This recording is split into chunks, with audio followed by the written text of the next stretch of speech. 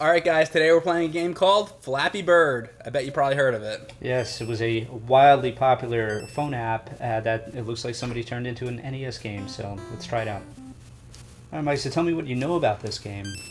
All I know about the game is that it was a really popular game for the phone several years back. I feel like probably back in like 2012, 2013, something like that. People were playing it. Yeah, I would say probably about 2013. Yeah, so, right? I remember people playing this on the phone. Everybody was talking about it. Yeah, it was legitimately it was a craze. Right, You know? It was a craze. Everybody was playing the game for a little while. It was one of those kind of short-lived things. Everybody was talking about it, and then it went away. Kind of like Angry Birds also went away. Yeah, true. That was popular for a little bit. But what makes this interesting is that the reason why it went away, the designer of this game, he created the game and then it got popular like a lot later after he made it, and I don't think he was prepared for the onslaught. How popular it would be? Yeah. Because you would think why would a game like this get that popular? Yeah, but it was like, and we'll talk about that. But, I read at one point it was making about $50,000 a day on ad revenue, which is insane. And you wonder how could somebody like that just throw it all away or something. I guess he was overwhelmed. I'm not exactly sure the story behind it. It was very fascinating, but that's part of the reason why it kind of just it fell off of a cliff, because it was you couldn't he took it from the stores. You couldn't download it anymore. Right. And people couldn't get it. I remember reading that phones that had this app on it, people were selling it on eBay for thousands of dollars. It was just like ridiculous. But I think it's because of the addicting nature of this game.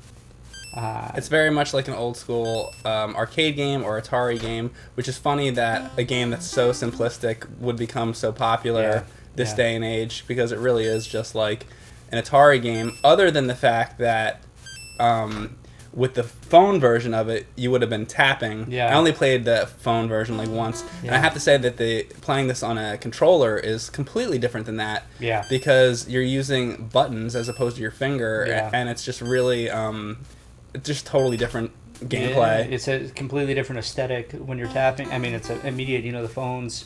There's no input lag or anything. When you tap on your phone, there's very little, if any. I think this is more difficult. Yeah, definitely. And it looks a little different. It's not like a direct thing. I mean, it's Nintendo. They had to bump down the graphics a little bit. So I got to 9. You want to give it a shot? Yeah, sure. All right. Well, the controls are a little different. I could tell immediately. Yeah, I mean, the idea of this is just that Flappy Bird was a popular game. Somebody came along and they were like, hey, I can put that game onto an NES cartridge, and they did.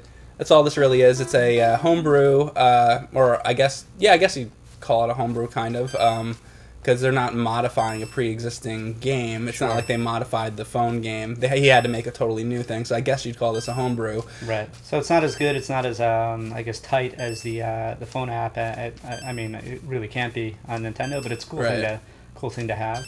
One thing I will say that's better about this is that you don't have to worry about your girlfriend texting you over and over while you're trying to play. The message comes up. Yeah, exactly. I can't tell you how many times it fucked me up while playing Flappy Bird on my phone. So I think this is the type of game, like we always say with like arcade games. We've said this many times before. It's the type of thing where narrating and talking is very difficult. This is a game. This is it. This is no different. You can't have a conversation playing Flappy Bird, really. Very tough to do. Somehow doing better than You're doing very good. Yeah. Oh, so I want to ask you, what city is that in the background? That's good. Do you think it's a big city, and they have a lot of buildings, and that all look exactly the same. Yeah, that's right. I'm sure it's been researched, but why the guy pulled it from the App Store? I think I remember reading that he was afraid of facing lawsuits because of Nintendo, and you see the green pipes. I mean, obviously that's inspired. Right, that's Mario. true.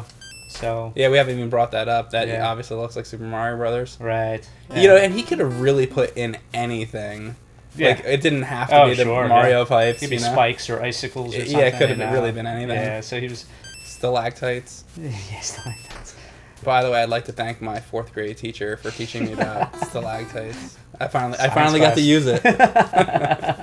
They say you'll never use that stuff, Right.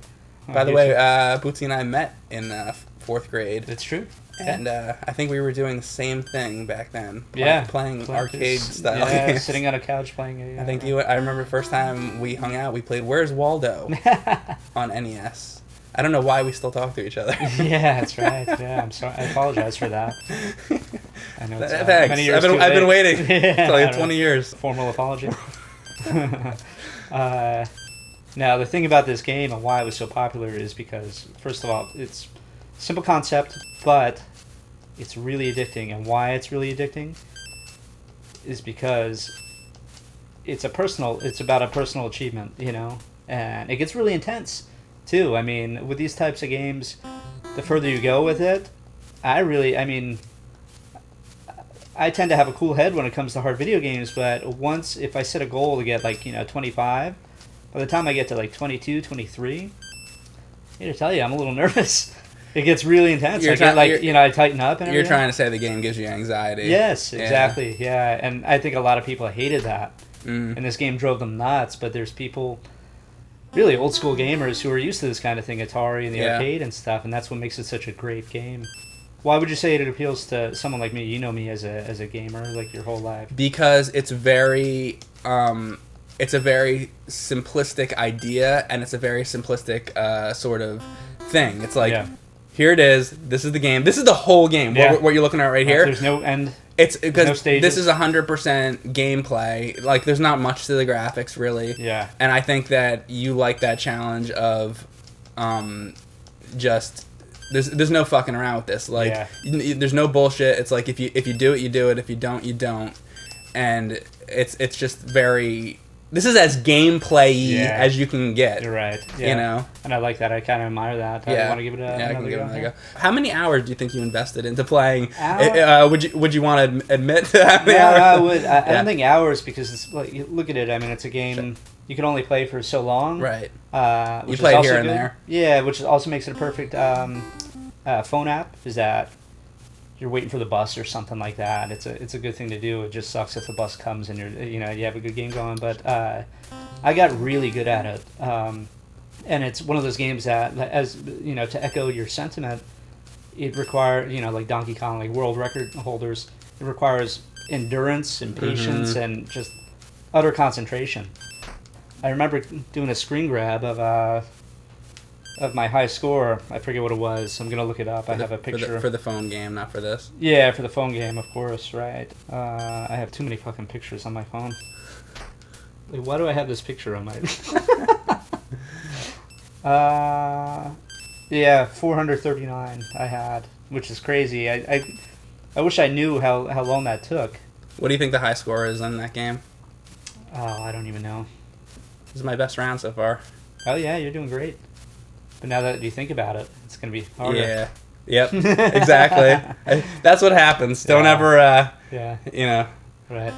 This is my last, now I see I got 439, and the other one, I gotta do a little better than this. See, I had a strategy in the phone one. I really did. I had a strategy as to when to touch the screen and where to position the bird, in regards to the pipes. This is different. You can't do that, what I do in the phone. It would be hard to hold up the phone. If you wanted to get a good score, you wouldn't want to hold it up. You'd want it on a table, looking down, pressing down. But even so, I remember my arm or my elbow or something would get tired, and my wrist. Your neck looking down. Yeah. So after a round of Flappy Bird, you'd just be completely exhausted and a wrecked human being. Yeah, exactly. You'd have to take a break. I'd probably have my better rounds in the beginning. Arcade games are like that. You play for a little bit, then you come back to it. Yeah. After this was removed from the App Store, either the designer or the company released an even harder game, and I think that still might be out there, called Swing Copters. Okay, I haven't heard of that. And you're a guy going up with he's got a propeller hat, and there's these wrecking balls going left and right, and you have to make these holes. It's crazier. It's I think 50 was my high score on that, as opposed to 400 something on this. So you could only imagine. All right, so I'm starting to get the hang of it, and just as I say that, of course. I'm going to try for 25 here. If I don't get it, whatever. So leave us a comment below and let us know what city you think that is. It could be Toronto, New York City. Yeah. It looks kind of Central Park a little bit. Yeah, it's probably New York City. I mean. Yeah. Yeah, it's kind of like, he's in Central Park. You got the trees and then the buildings behind it. Right. That's my guess. Oh, this is Central Park. Yeah. There, it's settled. There, that's it. All right. Forget about the comments. Yeah. We figured it out. All right. So this is the second game we played in the last couple of months that has a scene at Central Park. There's the Ghostbusters. Oh, true. Ghostbusters 2 for NES. Mm-hmm. I wonder what others. Old games. I wonder what other old games have.